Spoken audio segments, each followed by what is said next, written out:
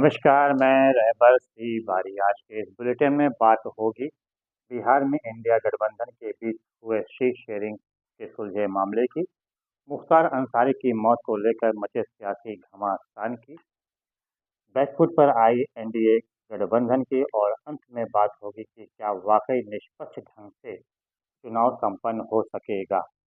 तो शुरुआत करते हैं आज की सबसे बड़ी खबर से। पिछले कई दिनों से लगातार बिहार में ये अटकलें लग रही थी कि सीट शेयरिंग का मामला कांग्रेस पार्टी राष्ट्रीय जनता दल के बीच में नहीं सुलझ पा रहा है। ऐसे में इंडिया गठबंधन के टूटने की संभावना भी व्यक्त की जा रही थी। हालांकि जिस प्रकार से राहुल गांधी और लालू यादव के बीच में लगातार वार्ता चल रही थी, उससे ये अनुमान लगाया जा था कि शीघ्र ही कोई सही हल सीट शेयरिंग को लेकर निकल आएगा। एक दिन पहले पूर्व डिप्टी सीएम तेजस्वी यादव ने दिल्ली पहुंचकर राहुल गांधी व अन्य वरिष्ठ नेताओं से मुलाकात भी किया था। इसके बाद से ये स्पष्ट हो गया था कि शेष शेयरिंग का मामला जो है वो सुलझ गया है।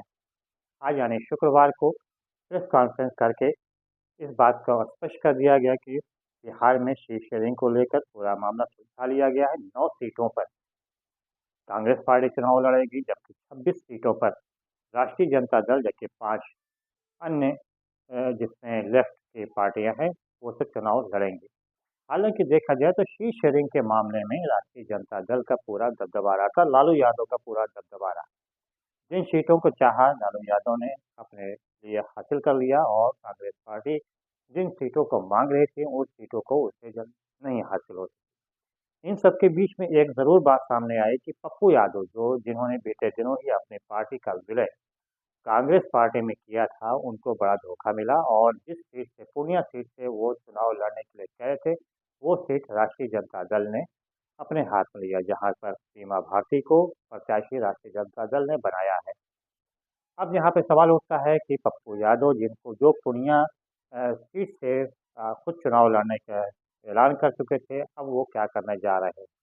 इस बीच पप्पू यादव ने बाकायदा ऐलान कर दिया कि अब वो ही पूर्णिया से चुनाव जरूर से जरूर लड़ेंगे, भले वो निर्दल प्रत्याशी के रूप में चुनाव मैदान में उतरना पड़े। बहरहाल देखना यह होगा कि क्या पप्पू यादव इंडिया गठबंधन से अलग होते हैं या फिर इंडिया गठबंधन में रहकर ही इंडिया गठबंधन के प्रत्याशियों को सुनिश्चित करने के लिए आगे बढ़ सकते हैं। बात किया जाए अमेठी रायबरेली सीट से, यहाँ पे अभी भी कांग्रेस पार्टी ने अपना पत्ता नहीं खोला है। यहाँ देखिए, भारतीय जनता पार्टी ने भी रायबरेली से अपना पत्ता नहीं खोला, तो अभी तक किसी भी प्रत्याशी को मैदान में रायबरेली में नहीं उतारा गया। हालांकि ये सूत्रों के अनुसार ये बात सामने आ रही है कि कांग्रेस पार्टी वरुण गांधी के संपर्क में है और संभावना व्यक्त की जा रही है कि वरुण गांधी शीघ्र ही कांग्रेस पार्टी में शामिल हो जाएंगे और उनको अमेठी या फिर रायबरेली से चुनाव लड़ाया जा सकता है। हालांकि अभी वरुण गांधी ने किसी भी तरह से इनकार किया है। उनका कहना है कि वो अब इस बार चुनाव नहीं लड़ेंगे, बल्कि सुल्तानपुर में अपनी मां मेनका गांधी के चुनाव प्रचार करेंगे। लेकिन बात जो सूत्रों के साथ सामने आ रही है वो ये कि मेनका गांधी भी नाराज चल रही हैं और यही वजह है कि वो सुल्तानपुर संसदीय क्षेत्र में अभी वो पहुंची भी नहीं है अपने प्रचार प्रसार के लिए। तो ऐसे में संभावना व्यक्त किया जा रहा है कि दोनों ही शायद अब बाहर एनडीए गठबंधन अर्थात भारतीय जनता पार्टी को छोड़ दें और या तो निर्दल प्रत्याशी के रूप में चुनावी मैदान में उतरे या फिर कांग्रेस पार्टी में शामिल हो जाए। ये तो खैर आने वाला वक्त ही बताएगा, लेकिन अभी सभी की निगाहें जो हैं वो जो लगी हुई हैं, टिकी हुई हैं, वो है अरविंद केजरीवाल पर।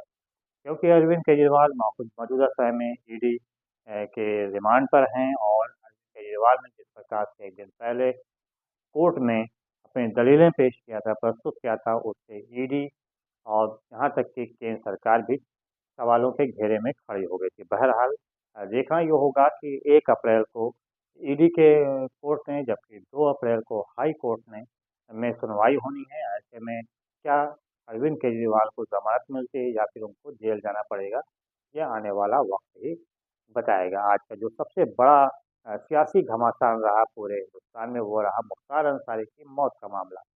एक दिन पहले ही बांदा जेल में हार्ट अटैक से मुख्तार अंसारी की मौत हो गई थी, जिसको लेकर सियासी घमासान मच गया।